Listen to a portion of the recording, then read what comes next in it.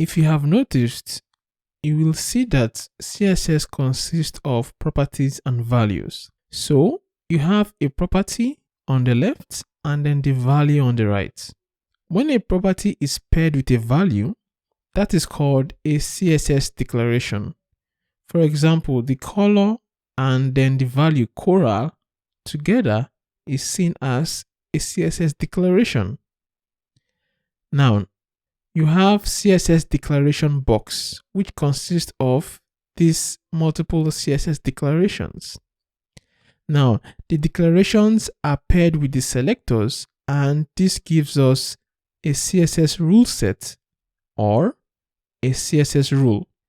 The property and value are separated by a colon, and the properties and values are case insensitive.